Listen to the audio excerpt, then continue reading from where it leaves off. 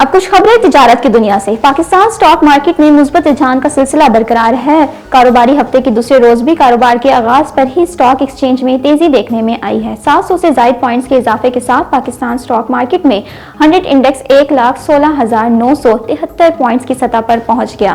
واضح رہے کہ گزشتہ کاروباری دن کے اختتام پر سٹاک ایکسچینج میں 673 پوائنٹس کے اضافے کے ساتھ 100 انڈیکس 1,16,199 پوائنٹس کی سطح پر بند ہوا تھا۔ اسٹیٹ بینک آف پاکستان کے مطابق پاکستان کو مسلسل دوسرے مہینے کرنٹ اکاؤنٹ خسارے کا سامنا ہے۔ مرکزی بینک کی جانب سے جاری کردہ اعداد و شمار کے مطابق ماہانہ بنیاد پر ملکی کرنٹ اکاؤنٹ میں خسارہ اور سالانہ بنیاد پر سرپلس رہا اور پاکستان کو مسلسل دوسرے مہینے کرنٹ اکاؤنٹ خسارے کا سامنا ہے۔ وزیر خزانہ سینیٹر محمد اورنگزیب کا کہنا ہے کہ آئندہ بجٹ میں سرکاری ملازمینوں کی تنخواہیں اور پینشن بڑھانے کی کوئی تجویز زیر غور نہیں ہے۔ قومی اسمبلی اجلاس میں وفاقی وزیر خزانہ محمد اورنگزیب نے تحریری جواب جمع کرایا، جس میں انہوں نے بتایا کہ آئندہ مالی سال میں سرکاری ملازمین کی تنخواہیں بڑھانے کی کوئی تجویز زیر غور نہیں ہے۔ ملازمین کے الاؤنسر اور پے اسکیل پر نظر ثانی کی تجویز بھی نہیں ہے۔